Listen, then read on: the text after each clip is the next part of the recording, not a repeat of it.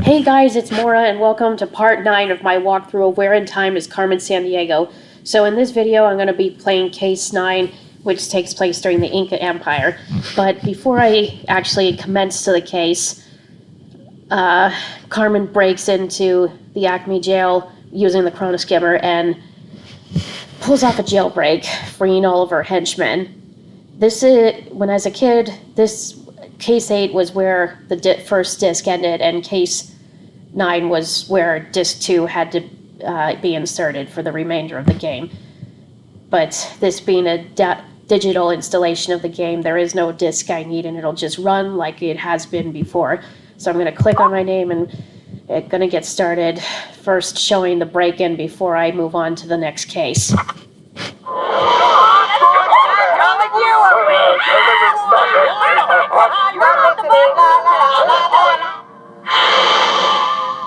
How could they all be caught? The dimwits. Looks like it's time for a jailbreak, Carmen Sandiego style. A few tweaks to the chronoskimmer, and I'll be there in no time. You fools need bailing out, I see. I'll just chronoskim you past those outdated bars. Stand back. I have more history hijinks planned for us. So, back to the past we go.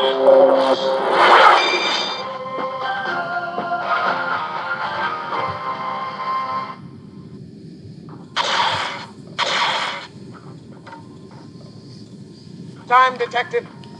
I've got a major bummer bulletin. Carmen Sandiego has just chrono-skimmed into Acme jail and then back out again with her heinous horde in tow. That's right. She used our technology to pull a jailbreak. Very slow. No. We've reinforced the prison with trans-temporal laser bars, so another jailbreak can't happen. But of course now those crooks are back out there pilfering paraphernalia from the past. They must be recaptured. It's a good thing you're out there on the job. Right now, you're fast forwarding to 1460, where something strange has happened in the Inca Empire's accounting. You'll have to straighten out this knotty problem. Anne on this is going on this journey with us. Antiquity is the good guard you want on your side. Good luck up in the Andes, Detective, and don't get lightheaded in that mountain air.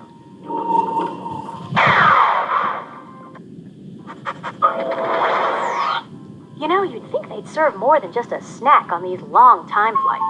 Antiquity here. If you're feeling woozy, it's the altitude. We're way up on top of the Andes, smack dab in the middle of the Inca Empire. So we must be in is Peru or something. Peru, and yeah. that's Emperor Pachacuti Yupanqui over there, the head honcho of the Inca Empire. May the mighty sun scorch the demon's eyeballs. Someone has stolen my quipus. All of our records lost. My empire will fall apart at the seams without them. Whoa, he is losing it. We'd better investigate the situation. Alright, I'll talk to him, then I'll look around. My administration is in a shambles. The outer regions are already grumbling. I am the great Pachacuti, 9th ruler of the Inca Empire and descendant of the gods. Well, we could debate that point all day, but I'll tell you this. I'm the greatest Inca leader ever. My armies have conquered lands to the north and the south. My empire now includes over 12 million people. Sheesh. Well, first I rebuilt Cusco here, the capital of the empire. Then I really got busy, channeling rivers, building agricultural terraces, inventing state religions, those sort of things. I pride myself on an efficient empire. My quipus have been stolen. Without them, I can't keep track of things in my empire. A quipu is a long strand of knotted string used to record numbers. It is very exact. I use quipus to track all important numbers related to my empire, like population counts and inventories of food. You see, all surplus food made by the people is collected here in Cusco. Then, if a particular region is struck by famine, I can send them some food from my royal stockpile. But without the quipus to keep track of the supplies, I can't distribute things. Well, since the theft of the quipus, my Kamayoks have been working overtime to recount everything. These royal accountants could really use some help. Go to the storerooms and speak to my head Kamayak. He will tell you what to do. Alright, look, a C note. Whoa, hey, that's a Carmen note. The thief was here. That tapestry is woven from the wool of the llama. Wonderfully warm, that llama wool. Perfect in these cold mountain regions. See that pot? The Incas were a remarkably advanced culture, but they never got around to inventing the wheel, even pottery wheels. Pottery was made by coiling clay in strips instead of spinning it. When I journey through my empire, I sit in this decorated traveling chair, which is carried by my servants. It's rather heavy, but a ruler must travel in style, you know. The guys who carry it probably don't enjoy the trip as much as he does. Yeah, I don't think so. This road is part of a sophisticated highway system built by the Incas. The Romans may have had a knack for flat roads, but the Incas built theirs up and over steep mountains. With those new roads, it now only takes 2 days for my subjects to fetch me fresh fish from the sea, instead of weeks. Oh, look at the furry guinea pig. Cute little guy. Cute little guy. What do you call it? Dinner? That's a cuy, of course. With a little corn and plenty of salt, they are most Ew. tasty. Oh, sorry I asked. Ugh. Those rope bridges are sturdier than they look. The Incas used them to cross deep chasms, and some stretched out for 200 feet or more. I see you are admiring my magnificent terraces. They're part of a complex irrigation system I've just introduced. It's all part of my plan to make the land more fertile here in the Cusco Valley. Those llamas are an essential part of the Inca transportation system. Okay, I think I looked at everything around here. So, let's go to the storerooms. Goodbye, and remember, millions of my hungry citizens are counting on you. I guess it's not easy ruling over 12 million hungry people. Talk about job stress. No kidding. These nuts are wearing me out. We'll never recount the supplies in time. Yes, I'm the head Kipu Kamayok. I'm in charge of all the quipus and all the counting. I count everything. Not only the number of citizens, but every item in our storerooms. I get so stressed sometimes I have to count llamas before I can fall asleep at night. Oh, so you count llamas instead of sheep.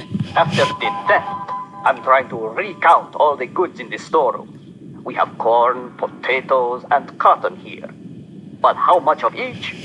I'm just not sure. It's a quipu. I have to knot hundreds of them to replace the ones that were stolen. Each of the knots has a number value, as does each color of string. By tying different knots on different colored strings, I can record exact numbers. Like the number of llamas in the Empire, for example. Well, I was trained to do this in school, but it's not too hard. It's all in the fingers, really. Easy. See those storerooms? Please count everything inside each one. Then mark down the number by putting corn kernels on the nearest counting frame. Sure. By putting corn kernels in the empty spaces of the counting frame, you'll record specific numbers. Here's a big handful for you. Pachamama, I cannot give you any more of my time. I'm sure you'll figure it out. The counting frame is a stone tablet divided into a grid. By filling in some of the boxes, you can record numbers. Alright. So, let's have Anne count the items first, Okay, and then I'll wait show you here. how it works. I'll run a quick count. I counted 1,574 ears of corn piled in there. I know. I'm a really fast counter. It's a gift. Okay, Okay, let's use that counting frame. Use the counting frame to mark down the number of corn cobs in the store. okay, so the counting frame works is by, marking the numbers down here by the thousands, by the hundreds, by the tens, and the fives. So she said 1,574. So 1,000, mark right here with 1. Since you don't have 4 on here, then you'd have to put it in by 3 and 1. 1,500. And any number above 5, you have to put it in 2 places or more, 3. So 574, so you put it in the 5, 7, then here.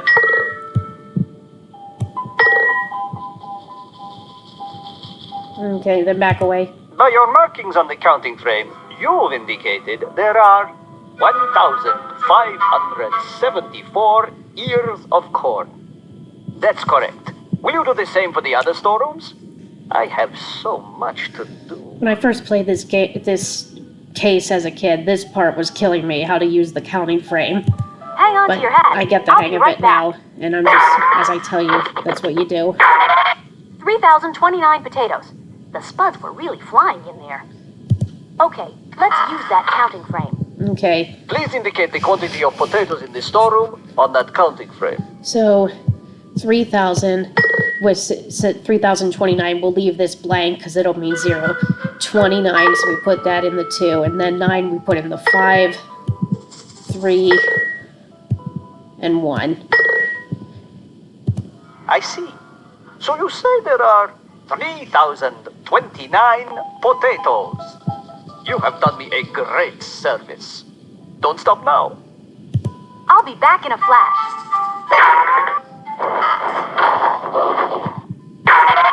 There are 628 piles of cotton in there.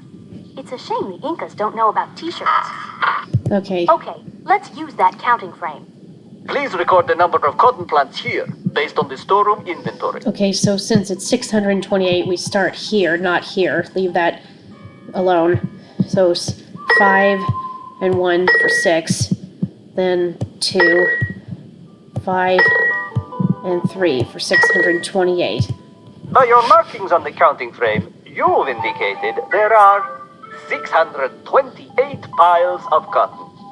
Oh, give the thumbs up. Excellent work. Doing work. You are rather Good. I mean, we happy did with it right. the counting frame. Now please go tell Pachacuti that we are finished at last with the storeroom inventories. All right, let's tell him. Hello again, my faithful friends. What news have you? Ah, my profound thanks for your clever counting skills. But there remains one more important task to complete. Can you help me with it? I need to transport some food to a distant village suffering from famine. Please gather about 100 potatoes from my royal storerooms and load them on a llama. And let me know when the loading is complete so I won't worry. All right, let's go get the potatoes. Spud heaven. I grabbed exactly 115 purebred potatoes and stuffed them in this sack. We're good to go. Very good. But before you go, please adjust the counting frame to match the reduced number of potatoes in the royal storeroom. Okay. There are 115 potatoes crammed in there. Let's load them on a llama, my friend. Okay, I'll pick those up, put them in the inventory, and now we'll... We still have 3,029 marked here. We'll need to account for the 115 potatoes we've bagged. Okay, so that leaves 2,914 potatoes.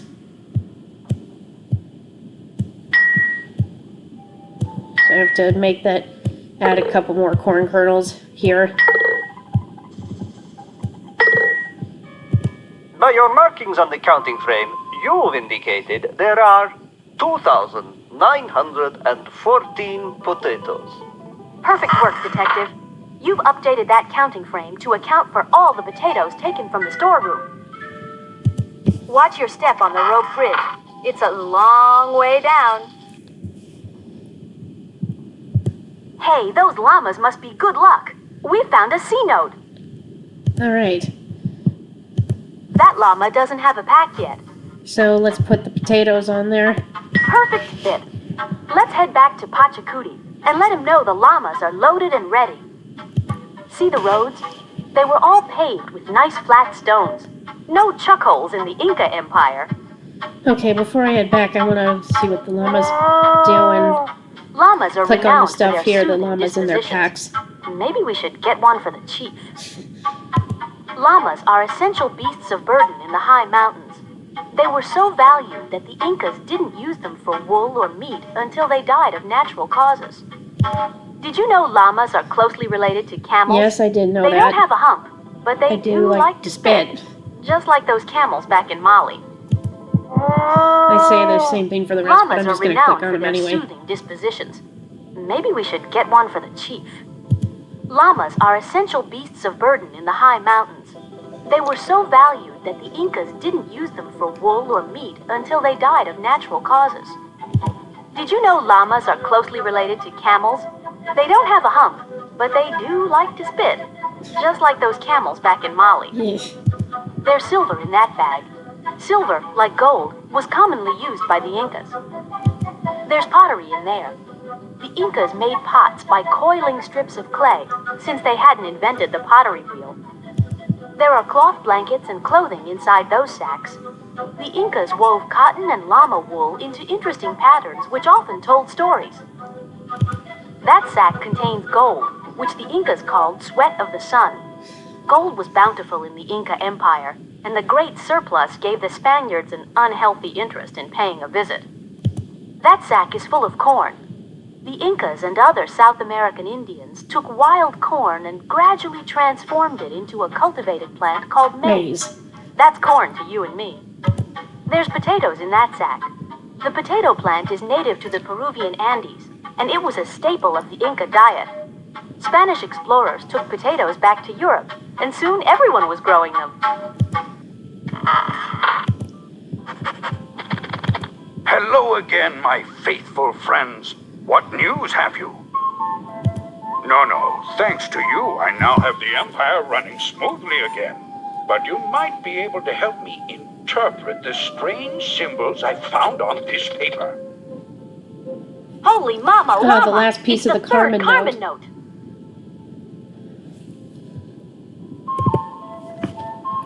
I'm activating the cuffs. Watch out, villain. Here we come.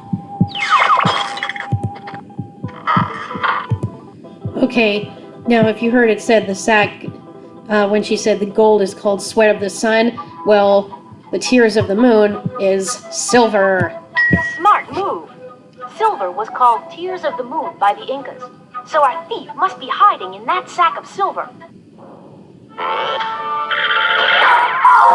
Jane, we caught Jane Time for a again. high energy high five. We've nabbed Jane The last Reaction. thief we caught before the jailbreak, and the first one we catch after the jailbreak. She won't escape again. You're headed back to the Acme lockup, Jane. And with its patented new laser bar security, you won't be escaping again.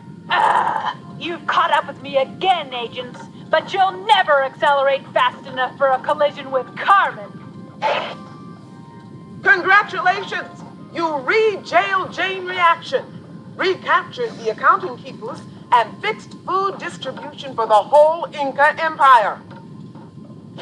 Thanks to you, Pachacuti's kingdom will grow far and wide.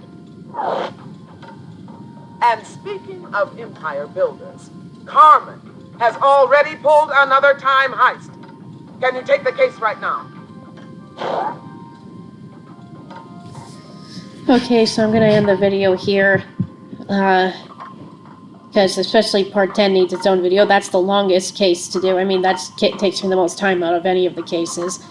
So, this is the end of part 9. Hope you guys enjoyed watching it as much as I enjoyed playing it, and I'll see you in the next video. You deserve a break after that great work. I'll hold down the fort till you come back.